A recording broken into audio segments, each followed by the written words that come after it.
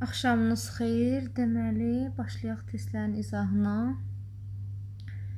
Birinci testdə fikir veririk. Cümlədə ever var. Ever varsa üstünlük dərəcəsidir. Üstünlük dərəcəsində diqqətli olmalıyıq. Təbii ki də sifətin üstünlük dərəcəsini seçirik. Başqa dərəcələr üçün xətt çəkirik. B yox, D variantı doğrudur. Çünki həm to be ilə işlənib, həm də sağda lady ismi gəlib. Ona görə də doğru variantımız D variantıdır. İkinci testə baxırıq. İkinci testdə and bağlayıcısı var. Hər iki tərəf eyni formada olmalıdır. Zəm bağlayıcımız var. Zəm bağlayıcısı müqayisə dərəcəsini istəyir. İkinci tərəfdə də düzgün variantımız D variantıdır. Baxırıq üçüncü testə. Üçüncü testdə bizdən baxırıq ki, dərəcə göstəricimiz yoxdur. Və artıq biz burada əsasən cümləni tərcüməyə uyğun seçəcəyik. I can't understand what are you saying. Başa düşə bilmirəm sən nə deyirsən. Could you speak please? Biraz yavaşca danışa bilərsən. C variantı. Speak faildir. Təbii ki də zərf seçirik. Həm də ki burada yəni more-la eri yaza bilmərik. Çünki more olan yerdə eri olmur. Üstünlük dərəcəsinin göstəricisi yoxdur, isim yoxdur. C doğrudur. D-də match veririksə mütləq dərəcə verməliyik. Ya er ya more göstərməliyik. More-la da eri olmaz. Ona görə Y variantı yanlışdır.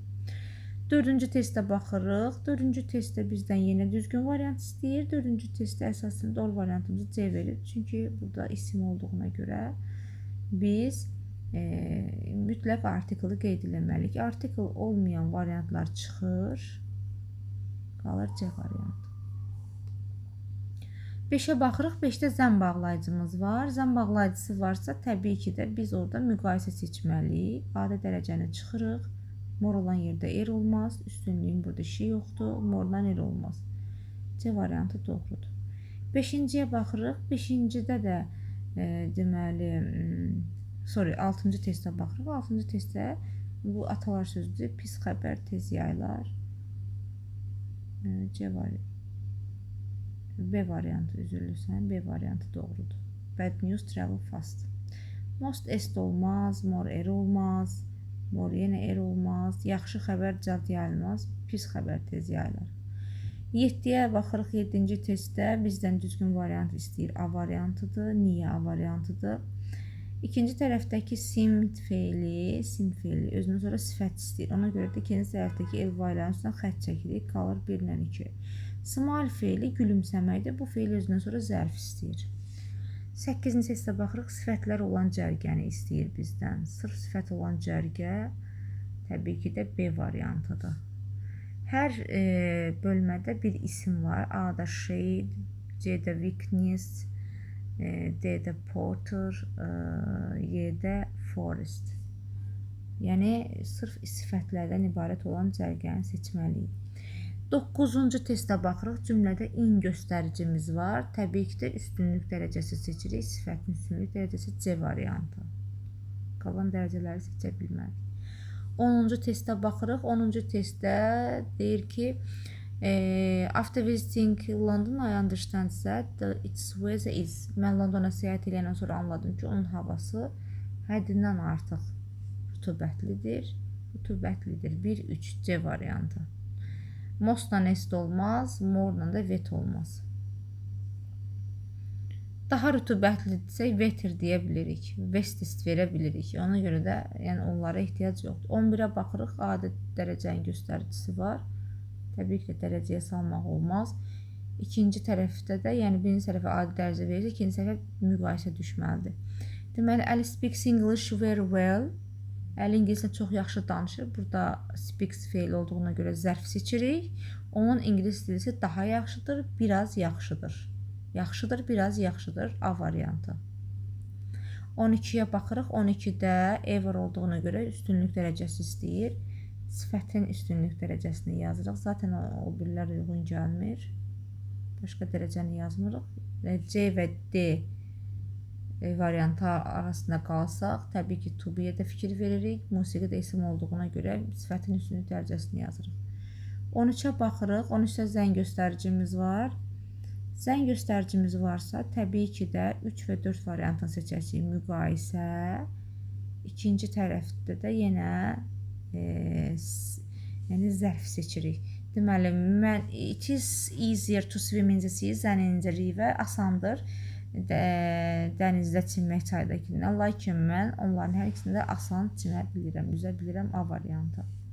14-cü testə baxırıq. 14-cü testdə bizdən nə istəyir? Ofumuz var, üstünlük dərəcəsi Y variantı. A variantı zərfin dərəcəsidir. Burada isim olduğuna görə zərfi yaza bilmərik. Qalan variantlar uyğun gəlmir.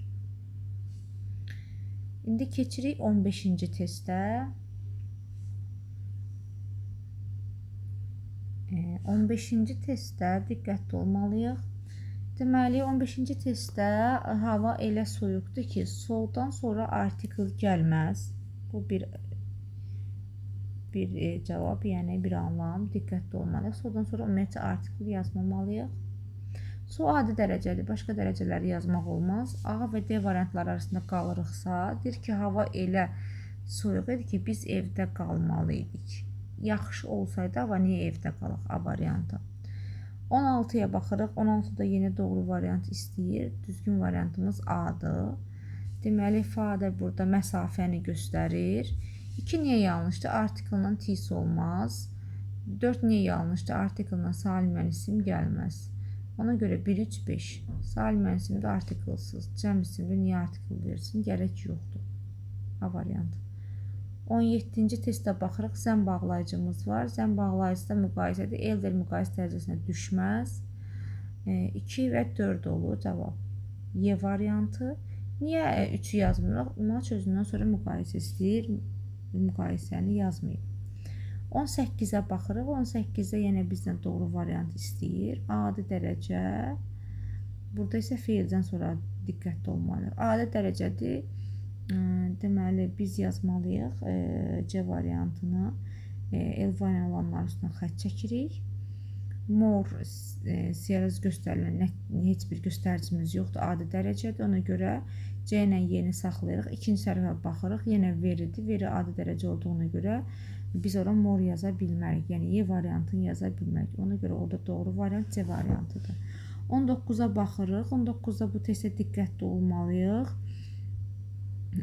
Deməli, 19-a doğru variant olaraq bizə verib A variantı. İndi burada fikir verməyə tast feilinin işlənməsinə. Əgər tast feili cümlədə xəbər rolunda çıxış eləyirsə, yəni məsələn deyirəm ki, o dadır yeməyi, mən dadıram ya başqaları dadır, onda zərfdən istifadə eləyirik. Sifət yazmırıq. Amma yeməyin özü yaxşı dadırsa, onda sifətdən istifadə eləyirik. Deməli, bu yeməyi ehtiyatcasına yemək dadır və onu körpəyə verir. Deməli, qeyb burada hərəkət əlaməti olduğuna görə ikinci sərfə zərf düşür. A variantı doğrudur. Keçirik 20-ci testə. 20-ci testdə bizdən sifət yox, zərf istəyir. Zərf də bilir, gözdən sonra sifət tələb eləyir. Bu A variantı bir doğrudur, daha doğrusu. Deadly virus ölümü. Burada deadly sözlə çox fikir vermək lazımdır. Deadly'nin sifət və ya zərf kimi işlənməsi. Deadly özündən sonra sifət tələb eləyirsə, sifət gəlirsə, deadly'dən sonra deməli zərfdir. İsim gəlirsə, deməli sifətdir. Deməli, orada düzgün variant 1-dən 3 Y variantıdır. Bir də monthly-yə fikir verməliyik. Monthly əgər feildən sonra gəlirsə zərfdir, özündən sonra isim gəlirsə sifətdir. Deməli, bizdə zərf istəyirsə 1-dən 3, 2-dən 4 ona görə seçmirik ki, 2-dən 4-də sifətdən söhbət gedir, zərfdən söhbət getmir.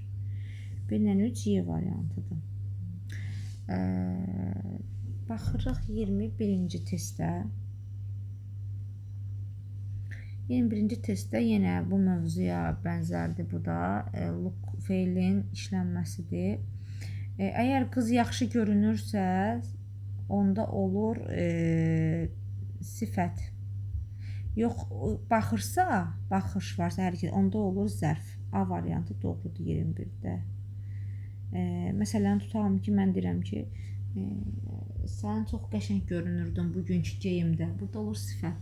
Amma mənə acıqlı baxırsan, look at. Artıq sən baxırsan, ya kimsə baxır, onda olur zərf. Keçirik 22-yə. 22-ci testdə bizdən yenə düzgün variant istəyir. Veri adi dərəcədir. Adi dərəcədə heç bir formaya düşməz. Diqqətli olmalıyıq. Became feili də özündən sonra zərf istəmir. Qalır A və C variant arasında qalırıq. Birinci tərəfə deməli sifət yazırıq. İkinci tərəfdə isə zərf yazırıq C variantı. A-da isə hər iki tərəf sifətdədir. 23-də də yenə bizdən düzgün variant istəyir. Veri adi dərəcənin göstəricisidir. Heç bir dərəcəyə düşməz. Qalır D variantı. Burada hay məsələsinə diqqət etmək lazımdır. Bəzən biz testlərdə müəyyən qrup, məsələn, elva ilə qutaran sözlər görürük.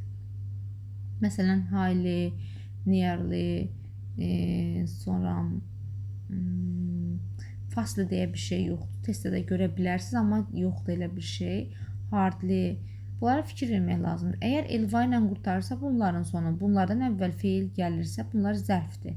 Yox, bunların əvvəl sifət gəlirsə, bunlar